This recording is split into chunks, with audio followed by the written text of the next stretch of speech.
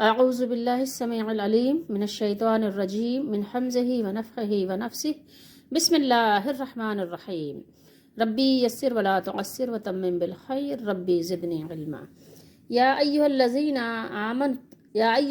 آمنوا اتقوا اللہ حق تقاتہ ولا تموتن الا وانتم مسلمون واعتصموا بحبل اللہ جميعا ولا تفرقوا واذكروا نعمة الله عليكم إذ كنتم أعداء فألف بين قلوبكم فأصبحتم بنعمته إخوانا وكنتم على شفا حفرة من النار فأنقذكم منها كذلك يبين الله لكم آياته لعلكم تهتدون۔ آیت نمبر 102-103 ہے، چوتھا سپارہ ہے اور سورہ آل عمران ہے۔ ترجمہ تفسیر ابن کثیر سے ہے۔ اے لوگو جو ایمان لائے ہو، اللہ سے اس طرح ڈرو جس طرح اس سے ڈرنے کا حق ہے۔ کیسا ڈرنا ہے؟ حق تقاتہ، جیسے کہ ڈرنے کا حق ہے۔ یہاں ڈرنے سے مراد کیا ہے ابھی ہم اس میں دیکھ لیں گے تفسیر میں۔ ولا تموتن، اور تمہیں موت نہ آئے۔ دیکھو مرنا نہیں تم، واو اور لا نہیں، تموتن تا تم، موتن تم لوگ مرنا نہیں، تمہیں موت نہیں آنی چاہیے، تمہیں مرنا نہیں چاہیے، اللہ مگر وہاں تم اس حال میں یا اس حالت میں کہ تم مسلمان ہو، یعنی اس حالت میں مرنا، ٹھیک ہے، ایسی کنڈیشن میں مرنا کہ تم مسلمان ہو، اسلام کی حالت میں مرنا، اس کے علاوہ مرنا نہیں۔ وَاعْتَصِمُوا بِحَبْلِ اللَّهِ، حبل کہتے ہیں رسی کو، اور سب مل کر اللہ کی رسی کو مضبوطی سے پکڑ لو۔ کل بھی اس سے پہلے جب ہم نشست ہوئی تھی ہماری تو بات ہوئی تھی، لیکن آج پھر اس پہ دیکھیں اللہ تعالیٰ نے خود بھی اس کو بیان کر دیا۔ وَاعْتَصِمُوا بِحَبْلِ اللَّهِ جَمِيعًا، اور سب مل کر، اکیلے نہیں، سب مل کر، جتنے بھی ایمان والے ہیں سب مسلمان مل کر کس پر جمع ہو جائیں؟ اس کتاب پر جمع ہو جائیں، اور اس کتاب کو جس پر نازل کیا گیا ہے اس کے فرمان پر جمع ہو جائیں، اور سب مل کر اللہ کی رسی کو مضبوطی سے پکڑ لو، اور جدا جدا نہ ہو، یہ تفرقے میں نہ پڑو، کیونکہ جب قرآن سے الگ ہوگے تو فرقے میں پڑ جاؤ گے، ٹھیک ہے، کوئی اپنی مرضی سے مطلب نکالو گے تو ظاہر ہے کہ وہ پھر کئی گروہ بن جائیں گے، لیکن قرآن کا جو اصل مقصود ہے اسی پر رہو گے تو پھر وہ ایک ہی گروہ رہے گا۔ تو دیکھو کیا کرنا، تفرقے میں نہ پڑنا، آپس میں تفرقہ مت ڈالنا، قرآن سے جدا مت ہونا، اور تم اپنے آپ پر اللہ کی اس نعمت کو یاد کرو جب تم ایک دوسرے کے دشمن تھے، تمہارے اندر عداوت تھی، وذکروا، یاد کرو ذرا نعمت اللہ کی نعمت علیکم، جب تم کیا تھے، آدھا تھے، عدوون کی جمع ہے نا، جب تم آدھا تھے، ایک دوسرے کے دشمن تھے، فَأَلَّفَ، الفت ڈال دی، بینا درمیان، قلوب دلوں میں، تمہارے دلوں میں الفت ڈال دی، اور تم اس کے احسان سے بھائی بھائی بن گئے، فَأَصْبَحْتُمْ بِنِعْمَتِهِ، اس کے نعمت کی وجہ سے، اللہ کی نعمت کی وجہ، اخواناً ہو گئے، تم بھائی بھائی ہو گئے، اور تم آگ کے گڑھے کے کنارے پر تھے، کہاں تھے؟ شفا حفرتن، یہ گڑھا، حفرہ گڑھا، شفا کنارے، ٹھیک ہے، اور تم آگ کے گڑھے کے کنارے پر تھے، من النار، ٹھیک ہے، نار یعنی آگ میں، فَأَنْقَذَكُم مِّنْهَا، اللہ تعالیٰ نے یعنی تم کو بچا لیا اس سے، فَأَنْقَذَكُم مِّنْهَا، پھر اس نے تم کو بچا لیا، ٹھیک ہے، کس سے بچا لیا؟ آگ سے بچا لیا۔ اسی طرح کذالک، اسی طرح تمہارے لیے اپنی آیتیں بیان کرتا ہے، کون؟ اللہ تعالیٰ۔ کس طرح بیان کرتا ہے؟ اسی طرح جیسے بیان کیا اللہ تعالیٰ نے، شاید یا اس امید پر کہ تم ہدایت پاؤ، تم مہتد ہو جاؤ، ٹھیک ہے، ہدایت یافتہ ہو جاؤ، لعلکم تہتدون۔ یا ایھا الذین آمنوا اتقوا اللہ، اے ایمان والو اللہ سے ایسے ڈرو جیسے ڈرنے کا حق ہے۔ اب حق کیا ہے؟ تو اس میں امام ابن ابو حاتم نے حضرت عبداللہ بن مسعود رضی اللہ تعالیٰ عنہ سے بیان کیا ہے کہ اللہ سے ڈرنے کا حق یہ ہے کہ اس کی اطاعت کی جائے اور نافرمانی نہ کی جائے، نافرمانی مطلب شبہ بھی نہ ہو، اطاعت ایسی کی جائے کہ جس میں نافرمانی کا شبہ بھی نہ ہو، شائبہ بھی نہ ہو، اسے یاد رکھا جائے جیسے کہ اس کو یاد رکھنا چاہیے، جیسے آپ اپنے مثال لے لیں، ویسے اللہ کو یاد کرنے کی کوئی مثال نہیں ہے، اپنی جان سے بڑھ کر بھی اللہ کو یاد رکھنا ہے، کیونکہ وہ ہمارا مالک ہے، وہ ہماری جان اس نے ہی ہمیں عطا کی ہے، ٹھیک ہے۔ اس پر ایک شعر ہے کہ جان دی ہوئی اسی کی تھی.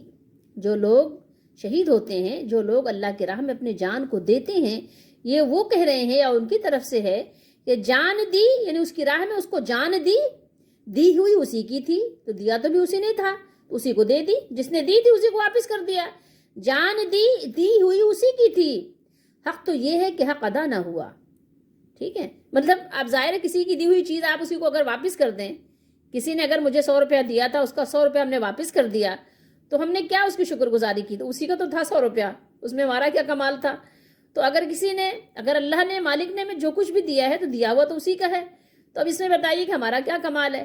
بس ہمارا اتنا ہی کمال ہو سکتا ہے کہ ہم نے مالک کا حق پہچانا اور اس کو پہچان کر اس کو ادا کیا. اور اسی پر اللہ تعالیٰ نے بے انتہا بے حد ثواب رکھا ہے. تو یعنی اللہ کو ایسا یاد کیا جائے کہ یہ سمجھ لیں کہ لوگ تمہیں دیوانہ کہنے لگ جائیں. ٹھیک ہے، اس طرح اللہ کو یاد کرو. ہر وقت ہر معاملے میں اللہ کو یاد رکھو. کسی وقت بھی اللہ کی یاد سے غافل نہ ہو. سونے جا رہے ہو جب بھی اس کو یاد رکھو. ٹھیک ہے، اور اٹھ رہے ہو، جاگ رہے ہو، تو سب سے پہلے اسی کو یاد کرو. اگر کوئی چیز تول رہے ہو، خرید و فروخت کر رہے ہو، تو اس کو یاد رکھو. رجال لا تلہیہم تجارۃ ولا بیع عن ذکر اللہ. سورہ نور میں اللہ نے فرمایا ہے کہ وہ لوگ ہیں، وہ حضرات ایسے ہیں کہ کوئی کھیل، کوئی تماشا ان کو اللہ کی یاد سے غافل کرتا ہی نہیں ہے. ہر وقت انہیں اللہ یاد رہتا ہے. وہ نکاح بھی کرتے ہیں، وہ اپنے کمرے عروسی میں جاتے بھی ہیں تو وہ پہلے نماز پڑھتے ہیں. دلہن پہلے نماز پڑھتی ہے. بات یہی ہے کہ اللہ یاد ہے نا کہ مجھے اللہ کا کیا حق ادا کرنا ہے. میرا اللہ ہے جس نے مجھے سب کچھ دیا ہے، زندگی گزارنے کا یہ سلیقہ دیا ہے، سبھی کچھ تو اسی کا دیا ہے. تو اس کو کیسے بھول سکتے ہیں؟ پہلے اسے یاد رکھنا ہے، پھر اس کے بعد اگلا کوئی قدم اٹھانا ہے. تو اس کو ایسے یاد رکھا جائے کہ جیسے اسے یاد رکھنے کا حق ہے، اور بھولا نہ جائے، اور اس کا شکر ادا کیا جائے. اس کا شکر ادا کیا جائے. ہر وقت ہر لمحہ اس کا شکر کرو. اللہم ربنا لک الحمد ولک الشکر، اللہم ربنا لک الحمد ولک الشکر، اللہم ربنا لک الحمد ولک الشکر. اور اس کفران نعمت نہ کی جائے، ناشکری نہ کی جائے، شکریہ کیا جائے. ٹھیک ہے، نعمتوں کی حفاظت کی جائے. نعمتوں کو دوام عطا کرنے کے لیے اس کی حفاظت کی جائے. اور اس کے علاوہ فرمایا تمہیں موت نہیں آنی چاہیے. وَلَا تَمُوتُنَّ إِلَّا وَأَنْتُمْ مُسْلِمُونَ. اور مرنا تو مسلمان ہی مرنا، مرنا تو مسلمان ہی مرنا. اپنی صحت و سلامتی کے زمانے میں اسلام کی حفاظت کرو تاکہ تمہارا اسلام ہی پر خاتمہ ہو. کیونکہ اللہ تعالیٰ نے اپنے فضل و کرم سے اپنی یہ سنت قرار دی ہے کہ جو شخص جیسی زندگی گزارتا ہے، جیسی زندگی بسر کرتا ہے، اسی کے مطابق اسے موت آتی ہے. اور جس شخص کی جس حالت میں موت آئے گی اسی کے مطابق اسے قبر سے اٹھایا جائے گا. جو اسلام پر مرے گا وہ اسلام کے مطابق اٹھایا جائے گا، اسلامی گروہ میں اٹھایا جائے گا. جو منافق مرے گا وہ منافقوں کے ساتھ اٹھایا جائے گا. جو کافر و مشرک مرے گا وہ ان کے ساتھ اٹھایا جائے گا. ہم اللہ تعالیٰ سے پناہ مانگتے ہیں کہ ہم اسلام کے خلاف زندگی بسر کریں. اللہ تعالیٰ ہم سب کو ایمان کی زندگی، اسلام کی زندگی بسر کرنے کی توفیق دے اور اسی پر ہمارا خاتمہ نصیب کرے. اللہ تعالیٰ ہم کمزوروں کی کمزوریوں پر رحم فرمائے. ایک حدیث شریف ہے، امام احمد نے مسند احمد میں نقل فرمایا ہے. فرماتے ہیں کہ حضرت جابر رضی اللہ تعالیٰ عنہ نے بیان کیا ہے، راوی وہ ہیں کہ میں نے رسول اللہ صلی اللہ تعالیٰ علیہ وآلہ وسلم کو اپنی وفات سے 3 دن قبل یہ ارشاد فرماتے ہوئے سنا: لا يموتن احدکم الا وهو يحسن الظن باللہ عز وجل. تم میں سے کوئی شخص فوت نہ ہو، کسی شخص کو یعنی موت نہ آئے مگر وہ اللہ عز وجل سے حسن ظن رکھتا ہو، اللہ تعالیٰ کے ساتھ کیا رکھتا ہو؟ حسن ظن رکھتا ہو. اور صحیح بخاری اور صحیح مسلم میں یہ حدیث بھی موجود ہے. اس کے راوی حضرت ابو ہریرہ رضی اللہ تعالیٰ عنہ ہیں کہ رسول اللہ صلی اللہ تعالیٰ علیہ وآلہ وسلم نے ارشاد فرمایا: یقول اللہ تعالی انا عند ظن عبدی بی، انا عند ظنی عبدی بی. اللہ تعالیٰ ارشاد فرماتا ہے کہ میرا بندہ میرے بارے میں جیسا گمان رکھتا ہے میں اس کے ساتھ ویسا ہی سلوک کرتا ہوں. یہ مسلمانوں کی بات ہو رہی ہے، جو لوگ اللہ تعالیٰ پر ایمان رکھتے ہیں ان کی بات ہو رہی ہے کہ جب آپ اللہ پہ اچھا گمان کریں گے کہ نہیں میرا اللہ میرے ساتھ اچھا ہی کرے گا، تو آپ کے ساتھ اللہ تعالیٰ اچھا ہی کرے گا. اگر آپ برے گمان کریں گے تو پھر آپ کے ساتھ معاملہ برا ہی ہوگا. تو آپ اللہ سے ایمان کی حالت میں اچھا گمان رکھیے کہ میرا اللہ میرے ساتھ اچھا ہی کرے گا، ٹھیک ہے، وہ مجھے عافیت ہی دے گا، وہ مجھے اپنی رحمت میں ہی رکھے گا، وہ مجھے ایمان پر ہی مارے گا، وہ مجھے ایمان ہی عطا کرے گا۔ اگر آپ اپنے مالک سے اچھا گمان کریں گے تو اللہ تعالیٰ آپ کے ساتھ اچھا معاملہ کرے گا۔ لیکن اچھا صرف گمان نہیں کرنا ہے کہ صرف گمان ہی کرتے رہو، بلکہ کیا کرنا ہے، اچھے اعمال بھی کرنا ہے۔ جتنی آپ کی سکت ہے، جتنی آپ کی طاقت ہے، طاقت بھر اچھا کام بھی کرنا ہے، اپنے مالک کو راضی بھی کرنا ہے۔ سورہ تغابن اور آیت نمبر 16 میں دیکھیے اللہ نے فرمایا فاتقوا اللہ ما استطعتم، یہ ترجمہ احمد رضا کا ہے، تو اللہ سے ڈرو جہاں تک ہو سکے، جتنا ممکن ہے تم سے ڈرتے رہو اللہ تعالیٰ سے۔ یہاں ڈرنے سے مراد یہ ہے کہ اپنا بچاؤ کرو، کیسے، جس چیز کو اللہ تعالیٰ ناپسند کرتا ہے اس سے اپنے آپ کو بچاؤ، ٹھیک ہے، اس کے قریب بھی نہ جاؤ جو اللہ کو ناپسند ہے، یہاں یہ ڈرنا ہے، ٹھیک ہے۔ اچھا، اس کے بعد کیا فرمایا، اور فرمان سنو، جو کچھ تمہیں سنایا جاتا ہے اس کو سنو، قرآن سنو، حدیث سنو، سنتوں کی باتیں سنو، صحابہ کے اقوال سنو اور حکم مانو، وَأَطِیعُوا، ٹھیک ہے، یہ سارے کام کرو، اور کیا کرو، اور اللہ کی راہ میں اپنا مال بھی خرچ کرو، جہاں جہاں دیکھو کہ اللہ کے پسندیدہ طریقے ہیں وہاں وہاں خرچ کرو۔ اگر راستے میں گند پڑی ہے تو راستے کو بھی صاف کرو، یہ بھی اللہ کو پسند ہے کہ رفاع عامہ کا بھی خیال رکھا جائے، وہاں بھی راستے کی بھی صفائی کرو، ٹھیک ہے۔ اور یہ سب کیوں کرنا ہے، لِأَنفُسِکُم، اپنے ہی فائدے کے لیے، اپنے بھلے کو، ٹھیک ہے، جب کرو گے تو یہ اپنے ہی فائدہ ہے، تمہارا کسی اور کا نہیں ہے، اپنے بھلے کے لیے کرو، کسی اور کا بھلا بعد میں ہوگا، تمہارا پہلے ہوگا۔ ہمیں اللہ سے کتنا ڈرنا ہے، اللہ سے اتنا ڈرنا جتنی ہمارے اندر طاقت ہے، اتنا نہیں ہے کہ مطلب ہارٹ فیل ہو جائے، ایسا نہیں ہے، بلکہ اپنا بچاؤ کرنا ہے، جو چیزیں اللہ کو ناپسند ہے اس سے اپنا بچاؤ کرنا ہے، اس کے قریب بھی نہیں پھٹکنا، اس کے قریب بھی نہیں جانا۔ بے حیائی اللہ کو سخت ناپسند ہے، اس کے قریب بھی نہیں جانا۔ فساد اللہ کو سخت ناپسند ہے، اس کے قریب بھی نہیں جانا، جہاں فساد کی بات ہو چل پڑو، ہٹ جاؤ وہاں سے، راستہ بدل لو۔ آگے مزید کیا فرمایا، وَاعْتَصِمُوا، اور مضبوطی سے پکڑ لو، یہ پیر صاحب کا ترجمہ ہے۔ کیا فرما رہے ہیں کہ مضبوطی سے پکڑ لو، یعنی تقویٰ کے بعد اعتصام، کیا فرمایا، بحبل اللہ جمیعا، سب مل کر اللہ کی رسی کو مضبوطی سے تھام لو، مضبوط تھام لو اور مضبوطی سے تھام لو۔ اس کا درس اللہ تعالیٰ نے ہمیں دیا، اور یہ درس دے کر اللہ تعالیٰ نے واضح کر دیا کہ نجات بھی انہی دو اصولوں میں ہے، اور اتحاد بھی انہی پر قائم ہو سکتا ہے اور برقرار رہ سکتا ہے۔ ولا تفرقوا، اور کیا کرو، تفرقے میں نہ پڑو، اس کا کچھ لوگ ترجمہ پھوٹ بھی کہتے ہیں کہ پھوٹ میں نہ ڈالو، یعنی دراڑیں مت ڈالو آپس میں، یعنی اس کے ذریعے سے فرقہ بندی سے ہمیں روکا گیا کہ ایسا نہ کرو۔ اس کا مطلب یہ ہے کہ اگر مذکورہ دو اصولوں سے آپ پیچھے ہٹو گے، انحراف کرو گے، تو تمہارے درمیان کیا ہوگا، پھوٹ پڑ جائے گی، دراڑیں پڑ جائیں گی، اور کیا ہوگا، پھر فرقہ بندی ہو جائے گی اور تم الگ الگ فرقوں میں بٹ جاؤ گے، ٹھیک ہے۔ یہ آپ کو بتایا جا رہا ہے، تنبیہ کی جا رہی ہے، روکا جا رہا ہے۔ تو یہاں ہمارے مالک نے، مالک الملک نے ہمیں حکم دیا کہ اللہ تعالیٰ کی رسی کو مضبوط تھام لو اور جماعت کے ساتھ مل کر رہو، جماعت کے ساتھ سے مراد یہ نہیں ہوتا کہ جماعت بنا لو پھر اس کے جماعت کے ساتھ رہو، بلکہ جو جماعت بنی ہوئی ہے صحابہ رضی اللہ تعالیٰ عنہم کی جو جماعت ہے، انہی کے ساتھ قرآن و سنت کو سمجھو جیسے کہ انہوں نے سمجھا تھا، اسی کے مطابق سمجھو جیسے انہوں نے سمجھا تھا۔ ہم خود بخود صحابہ کی جماعت میں شامل ہو جائیں گے، ہمیں خود بخود اس جماعت میں کر دیا جائے گا۔ اگر ہم اسی پیٹرن پہ چلتے ہوئے آئیں گے تو ہم خود بخود اسی جماعت کا حصہ ہوں گے۔ ہمارے مالک نے ہم کو یہی حکم دیا، اور سب مل کر اللہ کی ہدایت کی رسی کو مضبوطی سے پکڑے رہنا، مضبوط پکڑے رہنا اور متفرق نہ ہونا، ٹھیک ہے۔ اور فرمایا ولا تفرقوا، اور متفرق نہ ہونا، ٹھیک ہے۔ اللہ تعالیٰ نے اجتماعیت اختیار کرنے کا حکم دیا، ٹھیک ہے، جمع رہو ایک ساتھ، کیونکہ جب تمہاری اجتماعیت ہوگی تو تمہاری ایک کیا ہوگی، ساخ ہوگی، ورنہ تم تفرقے بازی کی وجہ سے بالکل ٹکڑے ٹکڑے ہو جاؤ گے، اور پھر تمہاری یعنی کوئی بھی ساخ نہیں ہوگی، جیسا کہ آج آپ دیکھ سکتے ہیں۔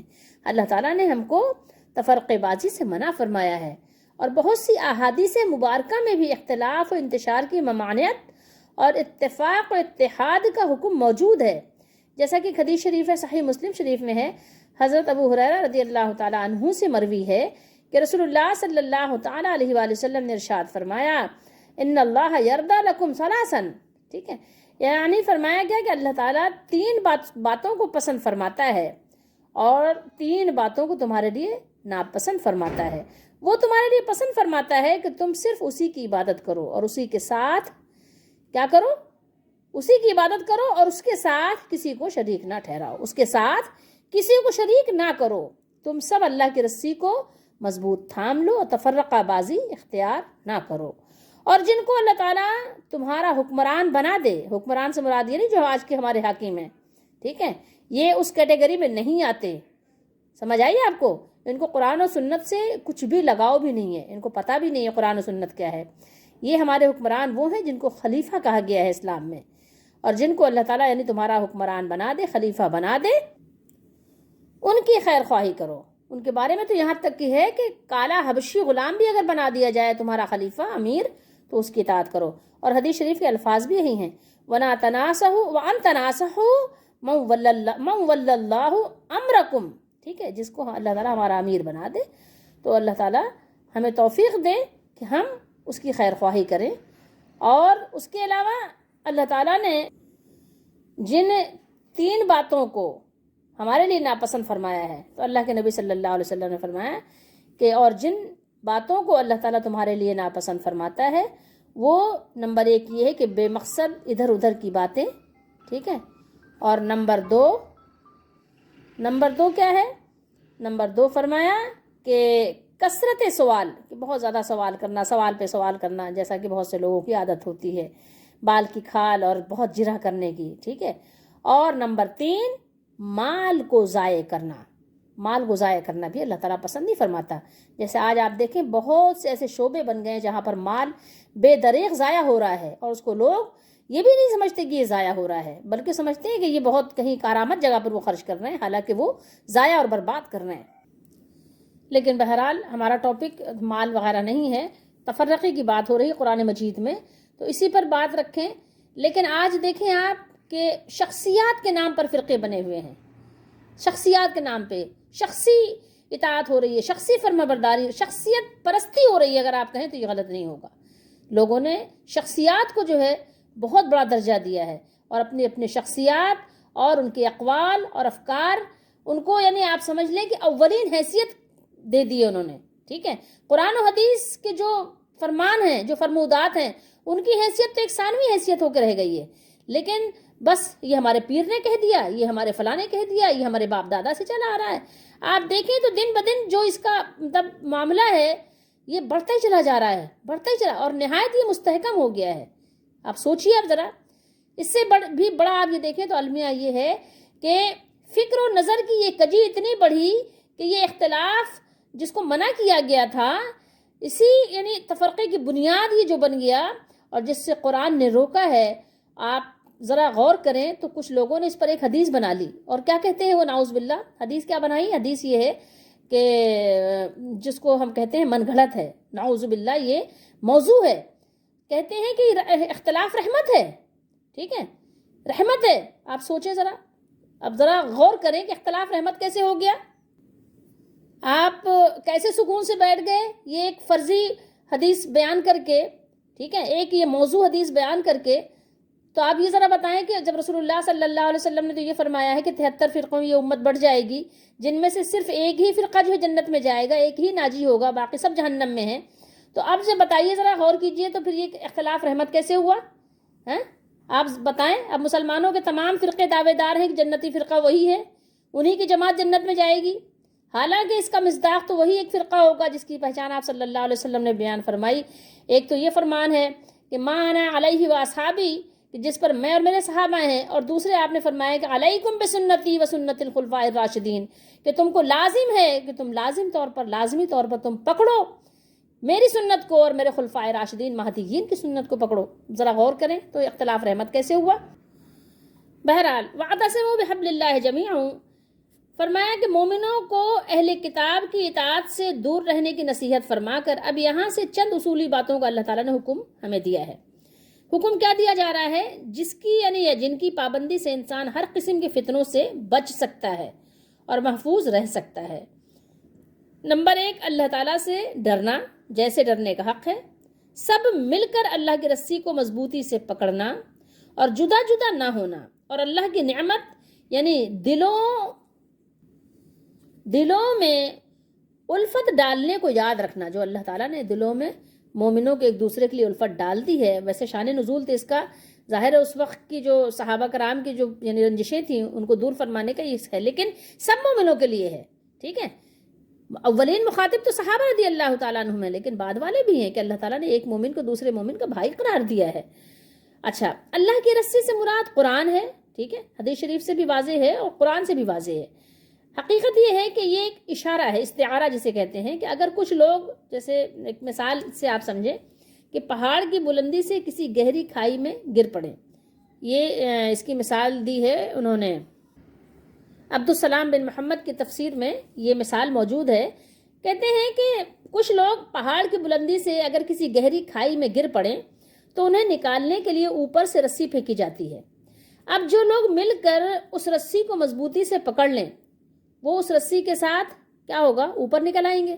اب مثال کے طور پہ کسی نے کوئی کنویں میں گر گیا، کوئی گہری کھائی میں گر گیا، ایسا آپ نے دیکھا ہوگا نا، ہیلی کاپٹر سے ایسا ہوتا ہے اکثر کہ رسیاں پھینکی جاتی ہیں، یا کوئی ڈوبنے لگ جائے، ٹھیک ہے، سمندر میں یا دریاؤں میں کہیں پر کوئی ایسا حادثہ پیش آ جائے، کوئی ڈوبنے لگ جائے تو کیا کیا جاتا ہے، رسیاں پھینکی جاتی ہیں. جیسے سیلاب آ جائے، کبھی ایسا ہوتا ہے نا کہ علاقوں میں سیلاب آ گیا، پانی آ گیا تو چھتوں سے رسیاں پھینکی جاتی ہیں، یا ہیلی کاپٹرز وغیرہ سے تو رسیاں پھینکی جاتی ہیں. کہتے ہیں مضبوطی سے پکڑ لو، رسی بھی بہت مضبوط پھینکی جاتی ہے. ٹھیک ہے، یہ قرآن بھی بہت مضبوط کتاب ہے، ایسے نہیں ہے. ٹھیک ہے، اس کی ہر بات جو ہے وہ ضبط شدہ ہے، تو یہ کوئی ایسی معمولی بات نہیں ہے، معمولی کتاب نہیں ہے. تو اسی طریقے سے اللہ تعالیٰ نے ہمیں حکم دیا کہ اس کو تھام لو. تو بہرحال جو لوگ اس رسی کو تھام لیں گے ظاہر ہے وہ ڈوبنے سے بھی بچ جائیں گے اور اوپر آ جائیں گے. اسی طریقے سے جو کھائی سے تھام لیں گے اوپر آ جائیں گے. جو کنویں کے اندر ہوں گے ان کو اگر مضبوط رسی پھینک دی جائے ان کے قریب تک، ان کے ہاتھوں تک، اور وہ پھر اس کو پکڑ لیں مضبوطی سے، ہاتھوں سے، دانتوں سے، جیسے بھی، تو کیا ہوگا، وہ جو کھینچے جائیں گے تو وہ اوپر آ جائیں گے. یہی ہوگا نا. اور دوسرے لوگوں کو کیا ہوگا، وہ اس گڑھے میں پڑے رہ جائیں گے. اسی طرح اللہ تعالیٰ نے گمراہی کے گڑھے سے نکالنے کے لیے آسمان سے قرآن اتارا ہے. یہ قرآن کی رسی بھی کہاں سے آئی ہے، اوپر سے آئی ہے. کہاں آئی ہے، نیچے آئی ہے. کس کے پاس آئی ہے، مسلمانوں کے پاس آئی ہے. اس کو تھام لیجئے. کہاں تھامنا ہے، ہاتھوں میں تھامنا، ہاتھوں سے پکڑنا ہے اس کو، اور آنکھوں سے دیکھنا ہے، اور زبان سے پڑھنا ہے، دماغ اور دل سے اس کو سمجھنا ہے، اور اس کی ہدایت کو قبول کر کے اپنی عملی زندگی میں اس کو نافذ کرنا ہے. ٹھیک ہے، تو اللہ تعالیٰ نے آسمان سے قرآن بھیجا ہے رسول اللہ صلی اللہ تعالیٰ علیہ وآلہ وسلم پر، اور رسول اللہ صلی اللہ تعالیٰ علیہ وآلہ وسلم نے اس کو امت کو ایک ایک بات سمجھائی ہے، جس کے ساتھ وحی الہی، ٹھیک ہے، جس کو ہم سنت رسول کہتے ہیں، تو اللہ تعالیٰ نے سنت رسول بھی اتاری ہے. مسلمان موجودہ فرقہ بندیوں سے بھی اسی صورت میں نجات پا سکتے ہیں کہ قرآن مجید کو اپنی زندگی کا لائحہ عمل قرار دیں، اور ذاتی خیالات اور ذاتی آراء، ان کی جو اپنی رائے ہے، جو ان کا اپنا قیاس ہے ذاتی، اس کو ترک کر کے سنت کی روشنی میں قرآن کو سمجھیں، صحابہ کے فہم کی روشنی میں قرآن کو سمجھیں اور اس پر عمل کریں. ٹھیک ہے، اور مشائخ اور ائمہ کے اقوال و فتاوے کو قرآن و سنت کا درجہ دے کر گروہ بندی اختیار نہ کریں. ٹھیک ہے، کسی کی بات قرآن و سنت نہیں ہو سکتی. قرآن و سنت کی بات قرآن و سنت ہوگی. جو بھی قرآن و سنت کی بات کرے گا وہ قرآن و سنت کی بات ہوگی. اگر آپ اجماع اور قیاس کی بات کریں گے تو پھر وہاں بھی ہمیں پلٹ کر صحابہ کے پاس جانا پڑے گا، صحابہ کی زندگی کو دیکھنا پڑے گا کہ صحابہ کرام کا فہم کیا تھا، انہوں نے کیا قیاس کیا، ان کا اجماع کس پر تھا، پھر ہمیں وہیں لوٹنا پڑے گا. ٹھیک ہے، تو اور اللہ تعالیٰ نے فرمایا اذ کنتم اعداء، کیا فرمایا، یعنی اسلام سے پہلے آپ پہلے بھی پڑھ چکے ہیں کہ اوس اور خزرج ہی نہیں بلکہ تمام عرب کے جو ہے کفر، شرک اور باہمی عداوتوں میں مبتلا تھے. اسی کو یہاں آگ کے گڑھے کے کنارے پر ہونے سے تعبیر کیا گیا ہے، یعنی لڑ رہے تھے، جھگڑ رہے تھے، کفر میں لگے ہوئے تھے. ٹھیک ہے، بے مقصد زندگی بسر کر رہے تھے. تو یہاں مقصد یہ ہے کہ اسلام کے ذریعے سے اللہ تعالیٰ نے تمہیں آگ میں گرنے سے بچا لیا، اور عداوت کے بجائے اخوت، بھائی چارہ تمہارے اندر پیدا کر دی. اگر اس عداوت کا اندازہ کرنا ہو تو پھر آپ مزید سورہ انفال کا مطالعہ کیجئے اور مزید دیکھیے، سمجھیے اس کو. وَاذْكُرُوا نِعْمَةَ اللَّهِ عَلَيْكُمْ إِذْ كُنْتُمْ أَعْدَاءً فَأَلَّفَ بَيْنَ قُلُوبِكُمْ فَأَصْبَحْتُمْ بِنِعْمَتِهِ إِخْوَانًا. اور اللہ کی اس مہربانی کو یاد کرو جب تم ایک دوسرے کے دشمن تھے تو اس نے تمہارے دلوں میں الفت ڈال دی اور تم اس کی مہربانی سے بھائی بھائی ہو گئے. یہ آیت کریمہ اوس اور خزرج کے بارے میں نازل ہوئی ہے.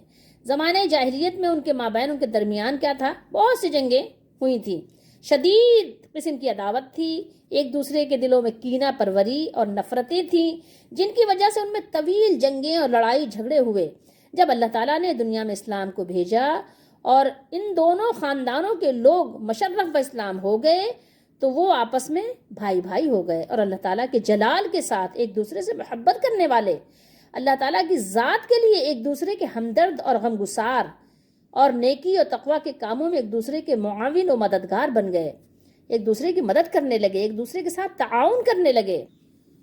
ایک نظر آپ سورہ انفال پر ڈال لیجئے، 2 آیتیں 62 اور 63 پر، یہ ہے ترجمہ احمد رضا کا، دیکھیے میں آپ کو دکھاتی ہوں، 62 اور 63 ذرا دیکھیے۔ اور اگر وہ تمہیں فریب دینا چاہیں تو بے شک اللہ تمہیں کافی ہے، حسبک اللہ، اللہ کافی ہے، وہی ہے جس نے تمہیں زور دیا، یعنی زور کیا مطلب؟ طاقت دی، ٹھیک ہے، اپنی مدد کا اور مسلمانوں کا، ٹھیک ہے، مسلمانوں نے بھی کیا کیا؟ مسلمانوں نے مدد کیا نا، دین اسلام کی مدد کی نا، اپنی جان دیا نا، جہاد کیا، ٹھیک ہے، اور ان کے دلوں میں میل کر دیا، یہ میل ہے، میل نہیں ہے، ٹھیک ہے، وَأَلَّفَ، یہاں بھی دیکھیں وَأَلَّفَ بَيْنَ قُلُوبِهِمْ، ان کے دلوں کو ملا دیا، دوستی کر دی، ان کے دلوں میں ایک دوسرے کے دوست بن گئے، دشمنی دوستی میں بدل گئی۔ اگر تم زمین میں جو کچھ ہے، کیا فرمایا؟ لو انفقتا، اگر تم خرچ کر دیتے، ما فی الارض، جو کچھ زمین میں ہے، جمیعاً، سارا کا سارا، سب خرچ کر دیتے، ما الفتا، ما نافیہ ہے، ٹھیک ہے، تو ما کا ترجمہ یہاں کیا ہے، تو ان کے دل آپ ملا نہیں سکتے تھے، ان میں الفت پیدا کر نہیں سکتے تھے، سارا کچھ خرچ کر دیتے، بہت مال خیرات کرتے، لیکن سب خرچ کر دیتے، ان کے دل نہ ملا سکتے، ان کے دل مل نہیں سکتے تھے، یہ ترجمہ احمد رضا کا ہے، دل نہ ملا سکتے، ٹھیک ہے، ولیکن اللہ الف بین، لیکن اللہ نے ان کے دل ملا دیے، ٹھیک ہے، انہ عزیز حکیم، بے شک اللہ یعنی وہی ہے غالب حکمت والا، ٹھیک ہے، آپ نے یہاں دیکھ لیا یہ، تو یہاں دیکھیے سورہ انفال میں اللہ نے کیا بیان کیا کہ وہی تو ہے جس نے آپ کو اپنی مدد اور مسلمانوں کی جو مدد ہے، مسلمانوں نے جو مدد کی، مسلمانوں کی جمعیت سے تقویت بخشی، اور اس نے ان مومنوں کے دلوں میں الفت پیدا کر دی، اور اگر آپ دنیا بھر کی دولت خرچ کرتے تب بھی ان کے دلوں میں الفت پیدا نہ کر سکتے، اور البتہ اللہ ہی نے ان میں الفت پیدا کر دی۔ یہ لوگ اپنے کفر کے سبب جہنم کے گڑھے کے کنارے پر تھے، مگر اللہ تعالیٰ نے انہیں جہنم سے بچا لیا اور ایمان کی ہدایت سے نوازا۔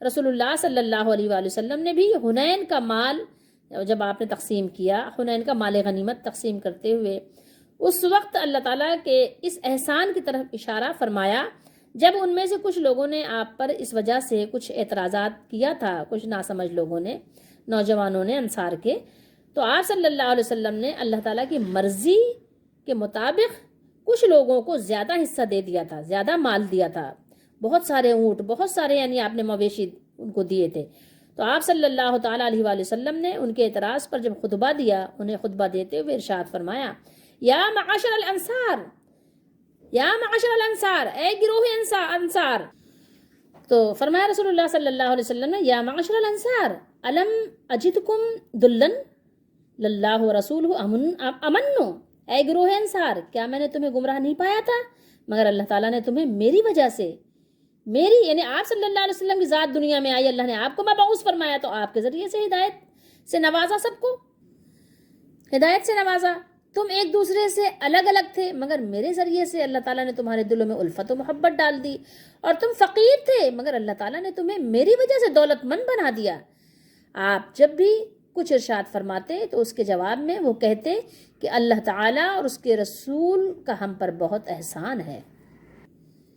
یہ حدیث آپ بخاری شریف میں دیکھ سکتے ہیں، کتاب المغازی میں حدیث نمبر 4330 پر آپ پڑھ سکتے ہیں اس حدیث کو۔ تو بہرحال اللہ تعالیٰ نے ہمیں آسانی کے ساتھ صاف اور سیدھے اشارے میں یہاں سمجھا دیا کہ دیکھو ایسا نہ کرنا کہ رسول اللہ صلی اللہ تعالیٰ علیہ وآلہ وسلم کا پیغام یا قرآن مجید کا جو پیغام ہے اس کو چھوڑ دو، اور اس کے بعد تم جو غیر متعلق ضمنی و فروعی مسائل کی بنیاد پر الگ الگ فرقے بنانے شروع کر دو، پھر اس کے بعد فضول و لایانی باتوں میں جھگڑنے میں ایسے مشغول ہو جاؤ کہ نہ انہیں اس کام کا ہوش رہے جو اللہ تعالیٰ نے ہمیں سپرد کیا ہے، یا آخری امت ہونے کے حوالے سے، اور نہ تمہارا عقیدہ و اخلاق ان بنیادی اصولوں سے یعنی مطابقت کھائے، یعنی تم کو اس سے کوئی دلچسپی نہ رہے، ٹھیک ہے، جس پر اللہ تعالیٰ نے انسان کی فلاح اور سعادت کا مدار رکھا ہے۔ اس لیے تم ہوش کرو اور سمجھنے کی کوشش کرو۔ یہ اللہ تعالیٰ نے ہمیں اشارہ دے دیا، اب ہمیں دیکھنا ہے کہ ہم کس طریقے پہ اور کس راستے پر چل رہے ہیں۔ تو دیکھو کہ اگر تو تمہاری آنکھیں ہیں تو ان علامتوں کو دیکھ کر خود اندازہ تم کر سکتے ہو کہ آیا تمہاری فلاح اس دین کو مضبوط تھامنے میں ہے یا اسے چھوڑ کر پھر دوسری طرف کفر کی طرف لوٹ جانے میں ہے جس میں تم پہلے مبتلا تھے۔ ٹھیک ہے، ذرا غور تو کرو، سوچو تو صحیح۔ اللہ تعالیٰ تو تمہیں دوزخ سے بچانا چاہتا ہے، تو تم خود بچنا چاہتے ہو؟ اگر تم بچنا چاہتے ہو تو اللہ تعالیٰ تمہیں ضرور بچائے گا۔ اللہ تعالیٰ تمہیں حق کا راستہ دکھا رہا ہے اور اپنی آیتیں تمہیں کھول کھول کر اللہ تعالیٰ سنا رہا ہے، بیان کر رہا ہے، تاکہ تم ہدایت کے راستے پر گامزن ہو جاؤ، اسی راستے پہ چل پڑو اور نجات حاصل کر لو۔ اب سارا کچھ معاملہ تمہارے اوپر منحصر ہے کہ تم کیا کرنا چاہتے ہو۔